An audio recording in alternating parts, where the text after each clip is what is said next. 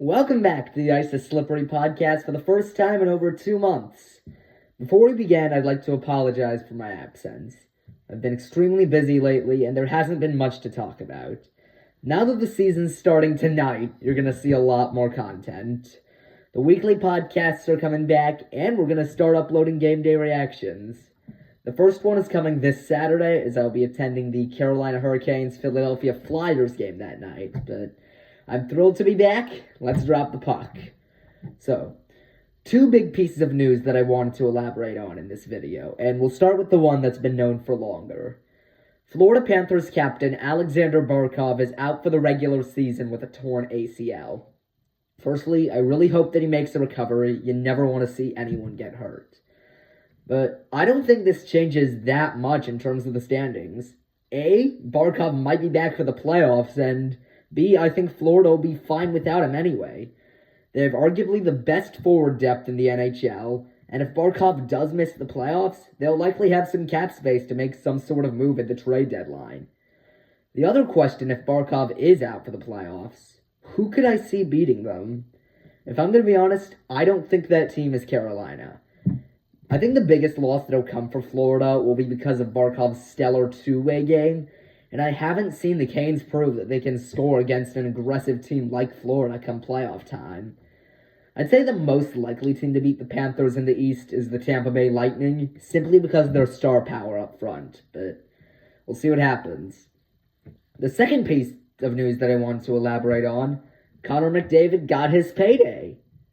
Kind of.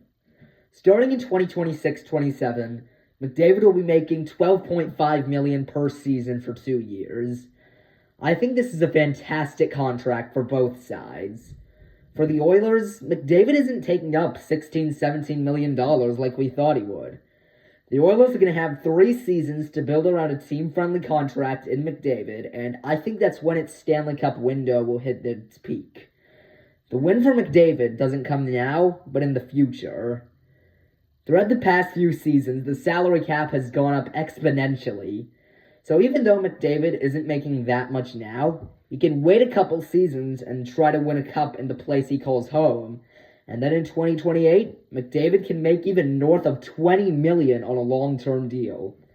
That's the advantage of this new salary cap for players. They're going to be wanting and making more and more money.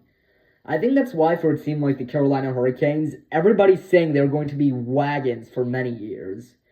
They already have most of their big names locked up long-term, and even in just 2 or 3 years, a lot of these contracts are going to look like massive steals.